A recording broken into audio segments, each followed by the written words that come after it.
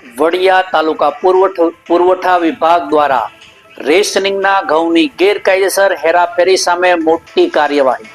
નમસ્કાર, સહજ ન્યૂઝ સાથે હું છું ગોપાલ ભેસાણિયા।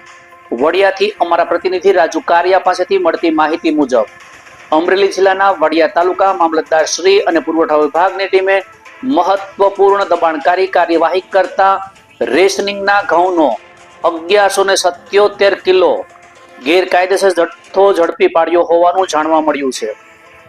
મળતી માહિતી મુજબ વડિયા તાલુકાના અમરનગર રોડ પરથી એક છકડો રિક્ષામાં રેશનિંગનું ઘઉં ભરેલા અનેક કટ્ટા મળી આવ્યા, જે અંગે તાત્કાલિક તપાસ હાથ ધરવામાં આવી। પ્રાથમિક તપાસમાં જાણવા મળ્યું કે આ ઘઉં રેશનિંગનો હોવાનું અને તેની ગેરકાયદેસર હેરાફેરી થઈ રહી હોવાનું નિર્ધારિત થયું।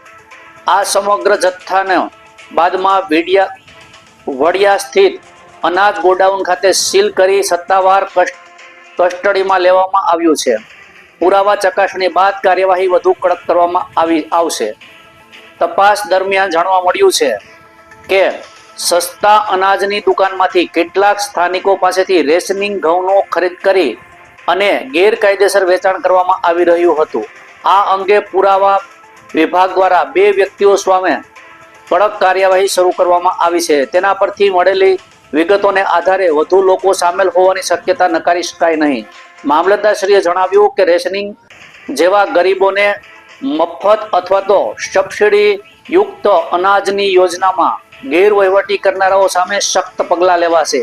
આવા કૃત્યો કરનાર કોઈ પણને છોડવામાં આવશે નહીં।